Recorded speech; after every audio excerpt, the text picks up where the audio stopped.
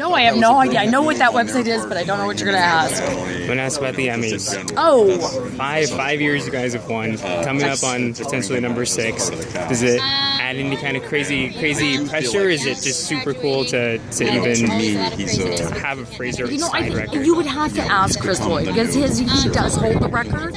He holds the record right now with Fraser, and to surpass that, it would be surpassing or tying it. You surpass it. You're already tied. Oh, jeez Louise. You're already tied with 5. You would have to ask him. To me, that seems like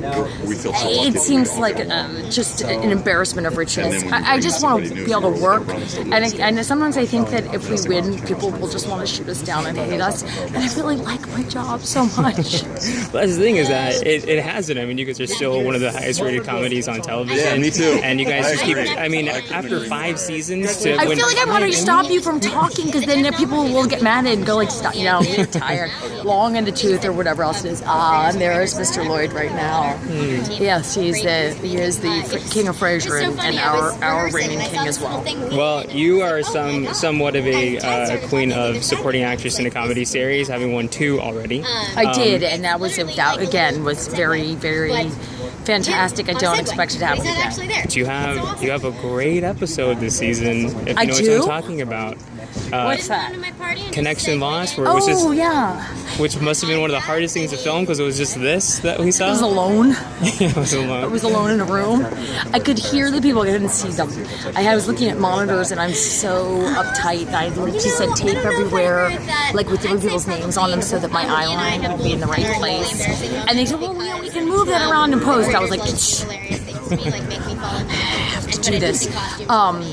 But thank you. I mean, that was really crazy and hard to do, and if it made anybody laugh or moved anybody, then all the better. But it was hard as hell. I was alone.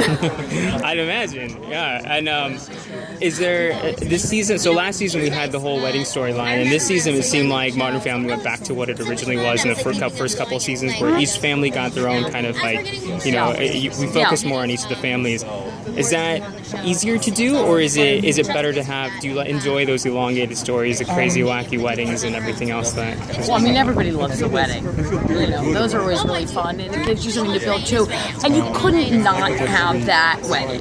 That wedding was dying to happen, because the timing was perfect. I mean, who knew when we started 6 years ago that gay marriage would actually be legal? It wasn't even an issue.